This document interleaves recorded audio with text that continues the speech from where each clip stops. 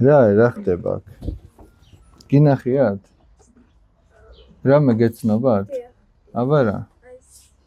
ეს რა არის? ბაბილონის არის და ინტუაშენებენ რომ ბაბილონის გოდოლი, ხო?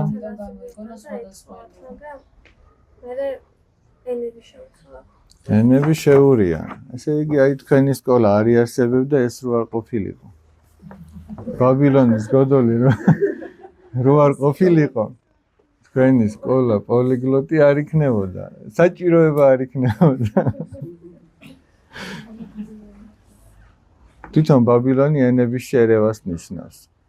მერე დაერქვა მაგას ბაბილონის გოდოლი, თორე ეს გოდოლი შენდებოდა შინყარის ველზე. შინყარის ველი იყო ასეთი, იქ შენდებოდა ეს გოდოლი და რადგან მათი წამოწყება არასწორი იყო, ამიტომაც ღმერთმა ენები შეურია. მანამდე ყველა ერთ ენაზე ლაპარაკობდა.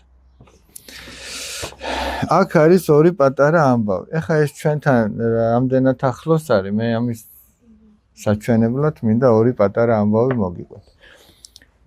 ესე იგი, აი ამ ნახატში, სადაც ქვიშაში თამაშობენ ბავშვები, აქ რა ხდება ეხლა?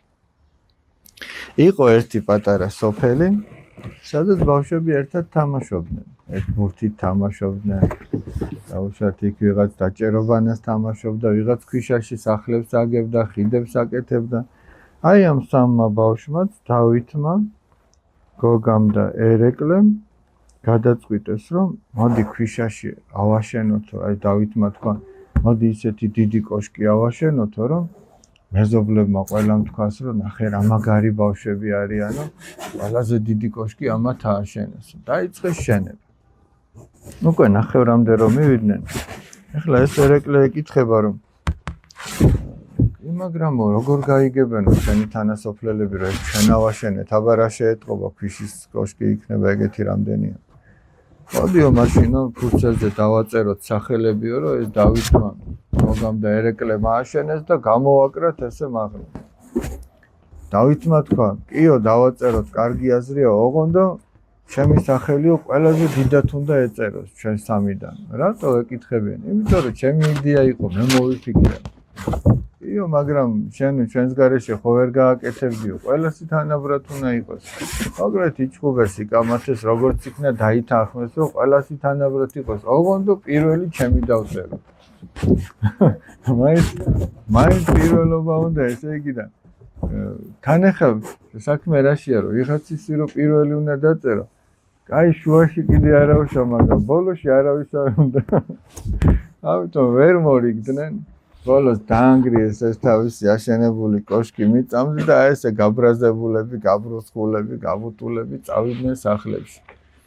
მეზობლები კი ამბობდნენ. ახეთო, ამ ყველამ რაღაცა გააკეთაო და ამათ ვერაფერი ვერ ააშენეს. იმიტომ რომ ესენი ამპარტავნები არიან. ანუ ყველა თავის თავზე ფიქრობს, ეგოისტები არიან, მე ვიყო ყველაზე დიდი, მე გავაკეთე ეს. ამავე სოფელში ცხოვრობდნენ კიდევ პატარა სამი ბავშვი. ეს არის ელენე, ეს არის ნიკოლოზი და გიორგი. მათ ერთხელ დაინახეს, რომ ეს კაცი ვაჟაპაპა ეს კაცი. ხო გეცნობათ ვაჟაპაპა იქ თბილისში არ დაგინახიათ? არა ისე გეხმარება. ეს ვაჟაპაპა ესე იგი რაღაცას უტრიალებს თავის სახლთან. ელენე ხართ რომელიმე? გიორგი? ნიკოლოზი, აბა რომელია? შენ ახლა ხო და ხო გახსოვს ეს ამბები რაც მოხდა მაშინ. შეიძლება აღარ გახსოვს. რომელ კლასში ხარ? მეშვიდე, ხო და ეგ ხერი მესამე კლასში რო იყავით ეგ ამბებია. ხო და თქვენ ხო გახსოვთ რომ დაინახეთ ვაჟაპაპა რო თავის ბაღში რაღაცებს უტრიალებდა. ფიქრობენ ეს ბავშვები ნეტა რა უჭირს ამ კაცს, რაღაცა უჭირსო. მივიდნენ და ნახეს რომ კედელი აქვს ღობესთან ჩამონგრეული, მოკლედ ბაღის პირზე და იციან რომ ვაჟაპაპას შვილები და შვილიშვილები სოფელში არ ყავს, წასულები არიან და მოდიო ჩვენ მივეხმაროთ, ეთყობა აშენება უნდათო და უნდაო. მივიდნენ და ეუბნებიან ვაჟაპაპა, ჩვენ მოგეხმარებითო, მოდი, კედლის აშენება გინდაო? კიო შვილო, კედლის აშენება მინდაო, მაგრამ თქვენ რა უნდა მომეხმაროთ? თქვენ უნდა მომეხმაროთ, თო თან ეღიმება ვაჟაპაპას. გახსოვს ნიკოლოს ვაჟაპაპა რო იღიმებოდა? და კიო, პაპიო, ძალა ერთობაშიაო, გავაკეთებთ ერთადო ბავშვებიო უნევია და კარგიო, პაპა მოთხრა. მართლაც აი ზოგს წყალი მოჰქონდა, ზოგს ესე იგი ქვა მოჰქონდა. ვაჟაპაპა კიდე ნიკოლოს თან ასწავლიდა აგური ესე უნდა დადო იმათ, ცემენტი აურია და ასწავლიდა. მოკლედ, კარგა გვიანობამდე რო იშრომეს, კედელიც აღიმართა. და ეს კაცი მერე სადაც არ უნდა წასულიყო სოფელში, იქ ქორწილი იქნებოდა, იქ დაბადების დღე იქნებოდა, იქ ქელეხი იქნებოდა, მიცვალებული სუფრა. ყველგან ამბობდა, რომ რა კარგი ბავშვები არიანო, მარტო კი არ დამტოვე, შუაღამემდე ჩემთან ერთად შრომობდნენო და აი ესეთი კედელი ამაშენებინესო. ხო და ეხა ეს კაცი მადლიერებით ამბობდა, იმიტომ რომ რაღაცას რო გაგიკეთებენ, ხო მადლიერი უნდა იყო. შენ თუ სხვას გაუკეთებ, ეგ არ უნდა თქვა, მაგრამ შენ თუ ვინმე სიკეთეს გაგიკეთებს, აუცილებლად უნდა თქვა და ყველგან ამბობდა. თუმცა ეხა მოდი შევადაროთ. ამ ბავშვების კედლის მაშენებელი ბავშვების მიზანი ხო არ იყო, რომ ყველგან თქმულიყო მათი სახელი. ხო არ იყო. მაგრამ საბოლოო ჯამში ყველგან მათი სახელი ითქმებოდა კარგად. იმ კოშკის მაშენებელი ბავშვები ფიქრობდნენ, რომ ყველგან ჩვენ სახელს იტყვიან რა მაგრები არიან, მაგრამ ყველგან სადაც ამბობდნენ, ცუდად ამბობდნენ, რა ეთქობა ეს ბავშვები ძალიან ამაყები არიან, ვერ დაასრულეს. ნახეთ, ერთი და იგივე სოფელში ცხოვრობენ. ამათაც იშრომეს, იმათაც, მაგრამ განწყობას აქვს ძალიან დიდი მნიშვნელობა. ესენი საჭიროების გამო აკეთებდნენ, რომ პაპას სიყვარულით მიხმარებოდნენ. და ესენი კიდე თავის გამოჩენის გამო ამბობდნენ. გესმით? და თუ კაცი იმის გამო აკეთებს რაღაცას, რომ თავი გამოიჩინოს, შეიძლება გაუფუძდეს საქმე. სიტყვაზე ვამბობ, დაუშვათ სკოლის ეზოში დაინახე, რომ რომელიღაცა ბავშვი დაუშვათ მშიერია. იცი რომ იმ დღეს არაფერი უჭამია. და შენ წახვედი ახლა სატრაპეზოში თუ სამზარეულოში სატრაპეზო, საეკლესიონეზე ესე. იყიდე ხაჭაპური და შენ მიგაქ ეს ხაჭაპური იმის გამო, რომ ესე იგი დაგინახონ ბავშვებმა, რომ ნახე რა ქვია შენ? ანა როგორი მოწყალე გოგოა, რომ აი ნახე როგორ და შეიძლება მიდიხარ და სადღაც ფეხი წამოკრა და გუბეში ჩავარდე ეს ხაჭაპური ჩაგივარდე შიგ და ვიღაც არაფერი გააკეთე. ანუ განწყობა თუ ცუდია. მაგრამ შენ თუ განწყობა ის გაქვს, რომ მოდი მივიდე, მივეხმარო, მშიერი დავაპურო და სულაც არ გინდა ვინმე დაგინახოს. ისე ჩუმად გინდა გააკეთო, რომ მხოლოდ იმან გაიგოს, ვისაც მეუტანა. ან თუ ისიც არ გაიგებს და ჩუმად ჩაუდებ ჩანთაში, ხომით უკეთეს. შენ თუ ამას შეძლებ და ესეთი განწყობით გააკეთებ, აი ეს იქნება სიკეთე. ეხლა წარმოიდგინეთ, ეს ვაჟა პაპა, ისე იგაურად რო ვთქვათ, დაუშვათ არის ჩვენი სამშობლო, საქართველო.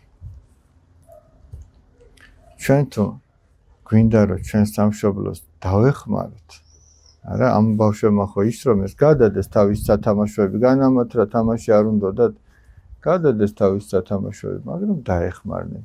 განწყობა სწორი იყო. ჩვენ თუ საქართველოს გვინდა ესე დავეხმაროთ, როგორც ეს ბიჭები, რომ გამოვიჩინოთ, რომ ეს ჩვენ გავაკეთეთ, იქიდან არაფერი არ გამოვა. მაგრამ თუ სწორი განწყობა გვაქვს, გამოადა. აი თავში რომ ჩვენს წინაპრებზე ვლაპარაკობთ, იმათ განწყობა ზუსტად ეგეთი ქონდათ. რომ თავისი თავი უკან გადაეწიათ და რაც სამშობლოს ჭირდებოდა, ის გაეკეთებინათ. აი მაგალითისთვის ვიტყვი, წმინდა იოთამ ზედგენიძე, გაგიგონიათ წმინდა იოთამ ზედგენიძე. მან საქართველოსთვის და მეფესთვის, მეფე გიორგისთვის თავი გაწირა. იცოდა რომ შეთქმულება მზადდებოდა, მეფე უნდა მოეკლათ და მეფეს თხოვა რომ ამაღამოს შენს საწოლში მე ჩამაწვინა. ხო იცით ეგ აი რა საოცარი ამბავია. ხო და მაგრამ იმისთვის გააკეთა რომ თავის სამშობლოს მეფე ჰყოლოდა, მეფე არ დაეკარგა. იმიტომ რომ მეფის არსებობა ნიშნავდა რომ ქვეყანაში მშვიდობა იქნებოდა. ხო და მაგის გულისთვის თავი გაწირა. და მის სახელს ჩვენი ერი არასოდეს არ დაივიწყეს. თუმცა მას იმის გამო კი არ გაუკეთებია რომ მე ხვალდაზე ჩემზე ილაპარაკონ. მან იმის გამო გააკეთა რომ თავის სამშობლოში მშვიდობა ყოფილიყო. ეგეთი ამბებია ჩემო ძვირფასებო.